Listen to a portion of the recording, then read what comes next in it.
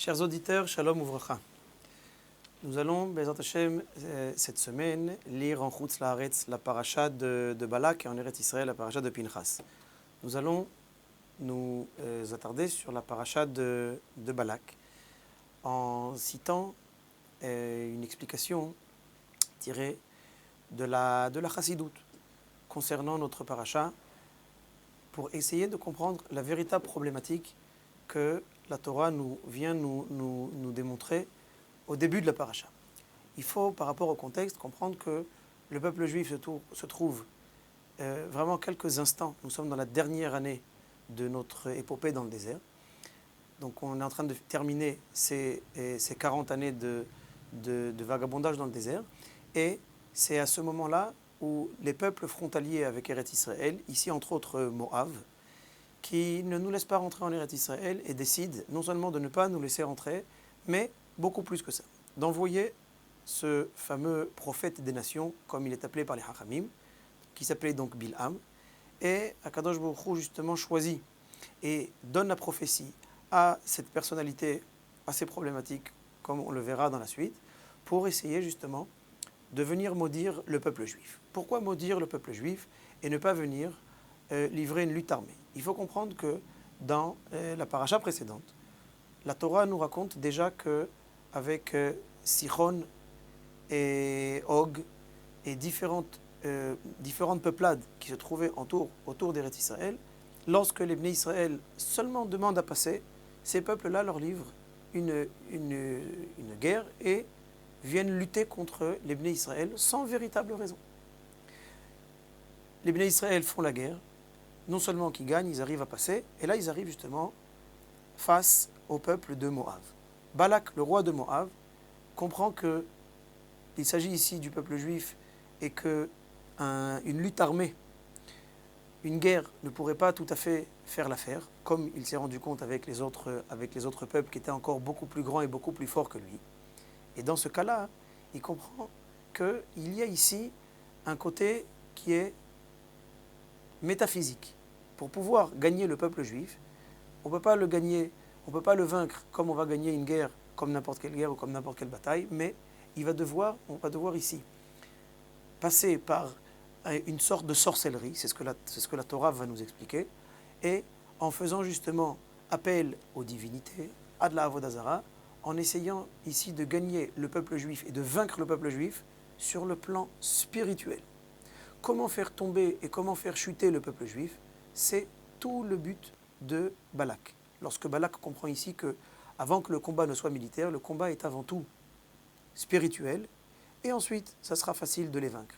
Mais si on arrive à faire tomber et à faire perdre l'identité juive du peuple juif, alors Balak a compris qu'il n'y aura aucune difficulté à pouvoir le vaincre. C'est un petit peu l'histoire de Balak qui demande justement à Bil'am de trouver le moment propice, comme disent les Hachamim, de trouver ce fameux moment où on va non seulement pouvoir maudire et dire du mal du peuple juif en rappelant ses fautes, en rappelant ses problématiques, pour essayer justement d'éveiller le courroux divin, cette colère d'Akadosh Baruch Hu, qui va donc pouvoir les juger et a priori faire en sorte de perdre notre statut de peuple élu.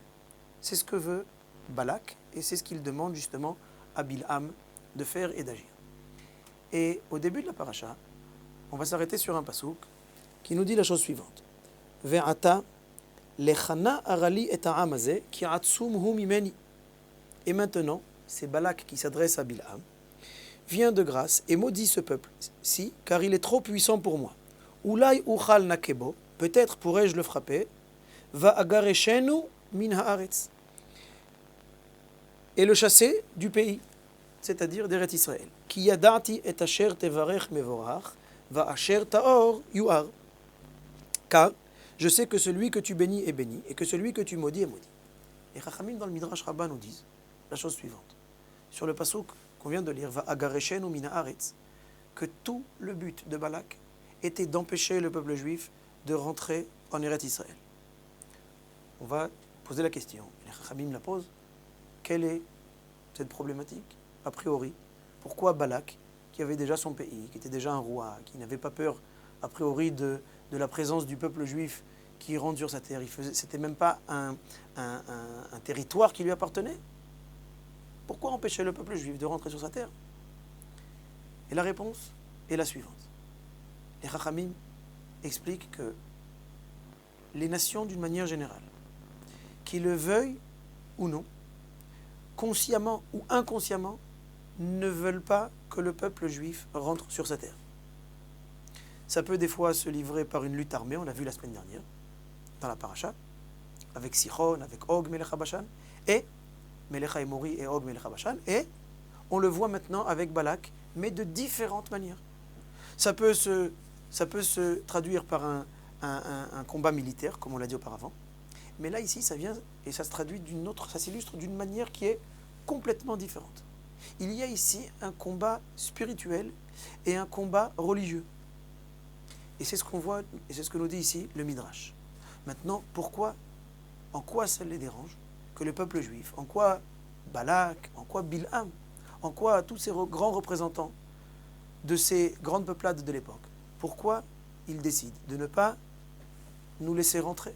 En quoi ça va changer leur quotidien? En quoi ça va avoir une influence sur leur vie? Et là, les Chachamim m'expliquent que aussi bien Balak que Bilham s'opposaient farouchement à toute notion de Kedusha. Quand on parle de Kedusha, de sainteté, ils ne comprenaient pas que la notion de sainteté peut être ici même sur terre, être accessible et où il y a une possibilité de pouvoir pratiquer cette sainteté. C'est ce que Balak et Bilham, c'est leur opposition la plus farouche. Lorsque le peuple juif rentre en Eretz Israël, les Chachamim nous disent, lorsque on verra plus tard dans les fameuses brachot, entre guillemets, ces klalot, ces malédictions qui sont au final devenues brachot parce que Bilham n'avait pas le contrôle même de ce qu'il disait. Il voulait maudire, mais au final, Akadosh Baruch Hu a transformé la klala, la malédiction en bracha, en bénédiction.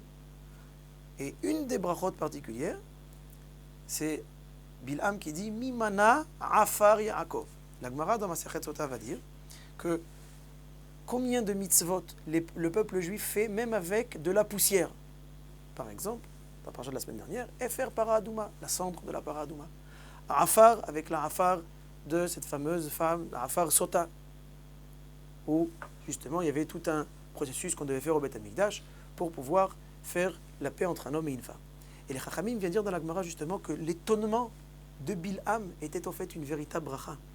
Comment avec les choses les plus simples de la vie, comment avec un morceau de tissu on va pouvoir faire des tzitziyot, comment avec une vache on va pouvoir faire des téphilines, comment avec de la poussière on va pouvoir faire une mitzvah. En d'autres termes, comment avec cette artsiout, comment avec cette notion de matériel, comment on va pouvoir s'élever. Pour les nations, et on voit que jusqu'à l'heure actuelle, cette manière de penser et cette philosophie chez Balak, et qui commence avec Balak et Bilham, elle existe encore jusqu'à l'heure actuelle. Comment justement pouvoir vivre cette dvekut, cette cohésion avec Akadosh Baruch Hu, alors que nous sommes dans un monde qui est matériel, qui a priori, d'un premier abord, est là et fait écran entre nous et Akadosh Baruch Hu. Le peuple juif vient montrer tout l'inverse. Non seulement que l'on a un lien direct avec Akadosh Baruch Hu, mais en plus de ça, que Akadosh Baruch Hu nous a donné la Torah pour pouvoir justement utiliser ce monde-ci bas, utiliser toute la matérialité, au contraire pour l'utiliser en tant que tremplin pour s'élever vers Akadosh Baruch Hu. C'est toute la notion de la Torah. Et c'est ce que Balak et Bilham ne peuvent pas supporter. C'est pour ça qu'ils savent très bien, ou même inconsciemment, mais ils le savent, que quand le peuple juif va rentrer sur sa terre, le but final de notre entrée en Eretz Israël, c'est la construction du Beth HaMikdash. C'est quoi le Beth HaMikdash? Où tout devient kadosh. Où on va faire des korbanot, on va faire des sacrifices, on va amener et on va prendre aussi bien du monde végétal avec les menachot, du monde animal avec les korbanot, on va amener, on va faire des dons, on va donner de l'argent. Tout ce qui est terrestre va devenir mekoudash, va devenir saint. Et ça, on voit que Bilham, qui était un sorcier, Balak qui demande justement, c'est ce que nous dit le pasuk, Vayelechu zikne Moab et zikne Midian ou ksamim beyadam. comment ils partent justement pour aller combattre le peuple juif avec, qu'est-ce qu'ils avaient dans les mains? Ils n'avaient pas des armes, ils avaient des kessamim. On traduira ici les kessamim par des instruments de divination. D'accord? C'est-à-dire la sorcellerie. Ils veulent utiliser des forces qu'Akadosh Baruch Hu a mis ici sur terre pour nous combattre. Pourquoi? Parce qu'eux n'arrivent pas justement à s'élever. Lorsqu'ils rentrent dans ce monde, bien au contraire, ce monde vient et c'est, si vous voulez, une sorte de combat avec ce monde terrestre. Alors que le peuple juif ne combat pas le monde terrestre, mais au contraire, il l'élève. Et c'était ça, toute cette notion de combat entre Bilaam, Balak et le peuple juif.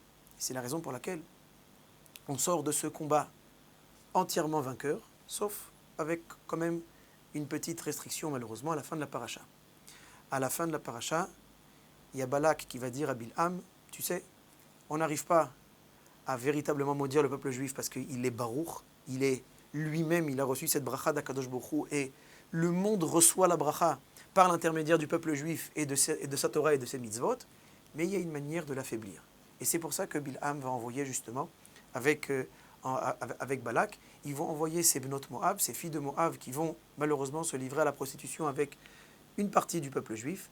Et c'est justement ce qui amène à cette grande catastrophe et cette épidémie qui est relatée justement à la fin de la paracha. Et les Chachamim, et c'est comme ça que, avec cette avéra, les Chachamim diront dans Masechet Sanhedrin que nous sommes arrivés jusqu'à pratiquement, d'accord, carrément faire de la Avodah Zara. Mais les Chachamim disent dans la Gemara quelque chose de très particulier, en disant que même quand on faisait de la Avodah Zara, ce n'était pas parce qu'on croyait en cette Avodah Zara, c'est pas parce qu'on croyait en cette idolâtrie, mais c'était parce qu'on était malheureusement complètement sous par notre Yetzer Hara. C'est ce que les Chachamim disent. C'est une erreur. Il fallait savoir dire non. Il fallait savoir justement combattre. Mais c'est pas parce qu'on a voulu se détacher d'Akadosh Baruch Hu, c'est parce que malheureusement on a été de la manière la plus difficile possible, on a été induit en erreur et on a été entraîné. Il y a faute, il y a problématique, mais les Chachamim diront que le peuple juif, non seulement de cette péripétie, non seulement qu'il sort gagnant, mais il sort encore plus fort, parce qu'il comprend petit à petit, en passant cette péripétie et en continuant avec Pinchas, avec justement toute cette volonté de vouloir rentrer en Eretz Israël, c'est-à-dire de pouvoir avoir une vie terrestre dans la Kedusha et de savoir appliquer les mitzvot et appliquer le message de la Torah dans tous les plus petits recoins de la vie. Shabbat Shalom Vorach.